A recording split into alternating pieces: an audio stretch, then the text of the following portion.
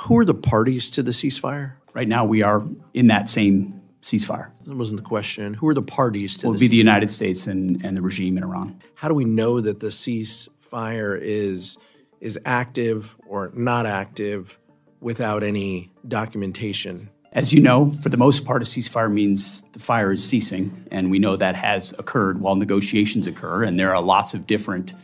Representative Pete Aguilar asked Defense Secretary Pete Hegseth 3 simple questions. How much has this war actually cost? Who exactly are the parties to this ceasefire?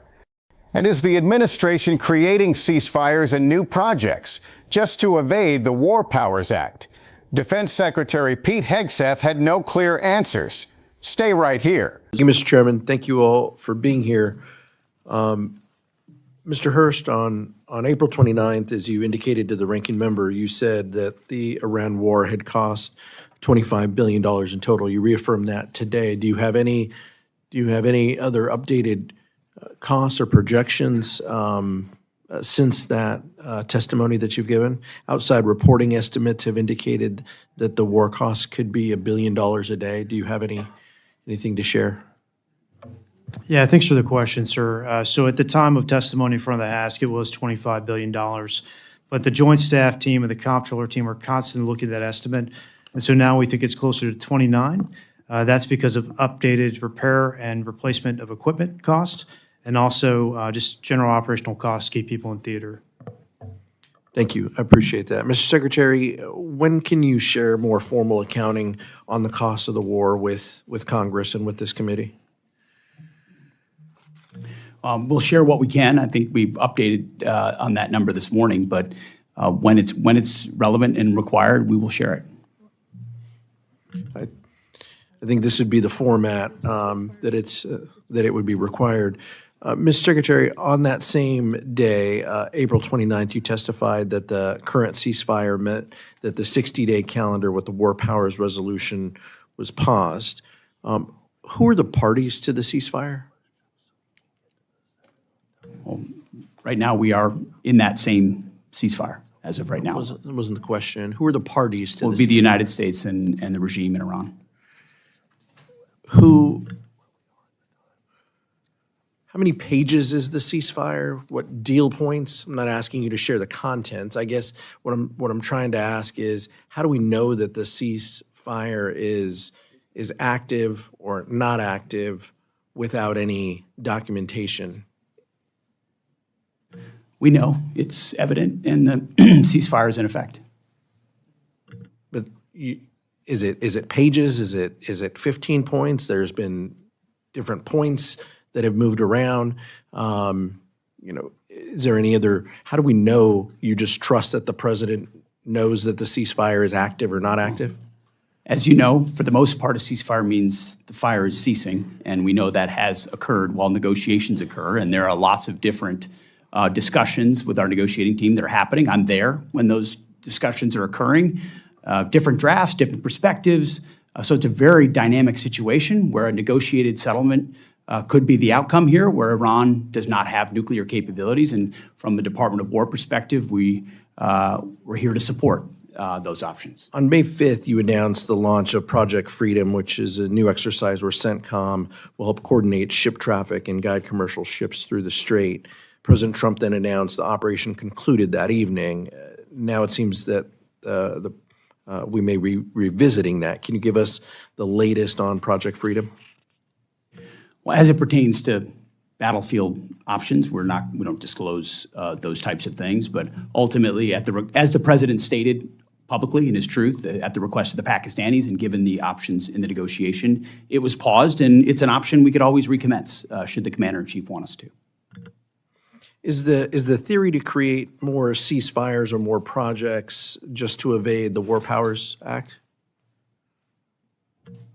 The theory of the entire case is to prevent Iran from having a nuclear weapon. And if that has to be done kinetically and militarily, the Department of War is locked and loaded and ready to do that. If it happens through Project Freedom, where you move commerce through, if it happens through a negotiated deal, the president was very clear, even yesterday. This is actually quite simple. Iran will never have a nuclear weapon one way or another, and we're here to support as one tool of the whole of government to make that happen. General Kane, the depleted munitions have been a subject of some of the discussions that you've even heard here today. With respect to stockpiles that we have around the world, key regions like the Indo-Pacific and the Middle East, can you give us an update? What are you hearing from the combatant commands about their munitions status around the world? Well, sir, we have sufficient munitions for what we're tasked to do right now. That's what I hear from the COCOMs. What I will say is I will always want more, so I appreciate the effort of this committee and the Congress. We're always going to want more munitions. Secretary Hegseth, what are you doing to support the involved services to recap their losses? We're submitting a $1.5 trillion budget that'll remake the department and ensure that every warfighter in the future has exactly what they need, and we're never in a fair fight. And I take issue with the characterization that munitions are depleted in a public forum. That's not true. And ultimately, we have all the munitions needed to execute what we need to execute, and we're going to ensure that we supercharge that going into the future. I think you've heard differences from both sides of the aisle on that point. Let us break this down carefully, because Representative Pete Aguilar asked some of the most procedurally important questions of this entire hearing. Not the dramatic questions, not the personal questions, the questions about process, documentation, and accountability that keep a democracy functioning. And Defense Secretary Pete Hegseth struggled to answer every single one. Representative Pete Aguilar opened with the war cost. He noted that on April 29th, the official in the room had testified that the Iran war had cost $25 billion in total. That number had been reaffirmed multiple times throughout the hearing. Representative Pete Aguilar asked whether there are any updated costs or projections since that original testimony.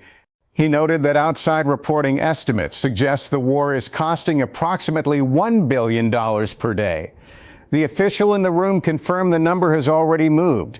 He said the estimate is now closer to $29 billion. The increase from $25 to $29 billion reflects updated repair and replacement costs for equipment and general operational costs for keeping troops in theater. $4 billion more in a matter of weeks. Representative Pete Aguilar then asked Defense Secretary Pete Hegseth directly, when can he share a more formal accounting of war costs with Congress and with this committee? Defense Secretary Pete Hegseth said, "We will share what we can when it is relevant and required." Representative Pete Aguilar pushed back. He said, "I think this committee asking for a formal accounting of taxpayer money is exactly the format in which it would be required." Defense Secretary Pete Hegseth did not commit to a timeline. Then Representative Pete Aguilar moved to the ceasefire. He noted that on April 29th, Defense Secretary Pete Hegseth testified that the current ceasefire means the 60-day war powers resolution clock is paused. That is a significant legal claim. The war powers resolution requires the president to seek congressional authorization or withdraw forces within 60 days of initiating hostilities. If a ceasefire pauses that clock, it is an enormously consequential legal interpretation with no clear basis in the actual text of the law. So Representative Pete Aguilar asked the most basic possible question: who are the parties to this ceasefire? Defense Secretary Pete Hegseth said the United States and the regime in Iran. Representative Pete Aguilar then asked, how many pages is the ceasefire agreement? What are the deal points? He said clearly, I am not asking you to share the contents. I am asking how we know the ceasefire is active or not active without any documentation. Defense Secretary Pete Hegseth said, for the most part, a ceasefire means the fire is ceasing, and we know that has occurred. Representative Pete Aguilar pressed him. He said, so we just trust that the president knows whether the ceasefire is active or not. There is no written agreement, no formal documentation, no set of points that both parties have committed to. Defense Secretary Pete Hegseth said it is a very dynamic situation with different drafts and different perspectives, and that a negotiated settlement could be the outcome. but he did not produce documentation. He did not describe a formal agreement. He described ongoing conversations, and that is a critical distinction. Because if there is no formal documented ceasefire agreement, then the legal argument that it pauses the war powers resolution clock rests on nothing more than the administration's own assertion that fighting has stopped for now. That is not a ceasefire agreement. That is a description of current conditions, and conditions can change in an instant. Then Representative Pete Aguilar raised Project Freedom. On May 5th, Defense Secretary Pete Hegseth announced the launch of Project Freedom, a new operation where CENTCOM would help coordinate ship traffic and guide commercial vessels through the Strait of Hormuz. President Donald Trump then announced that same evening that the operation had concluded, and now it appears the operation may be resuming. Representative Pete Aguilar asked for the latest update on Project Freedom. Defense Secretary Pete Hegseth said they do not disclose battlefield options publicly, but he confirmed that the operation was paused at the request of Pakistan, given the state of ongoing negotiations, and that it is an option that could always be recommenced if the commander-in-chief wants it to be. Representative Pete Aguilar then asked the question that the entire exchange was building toward.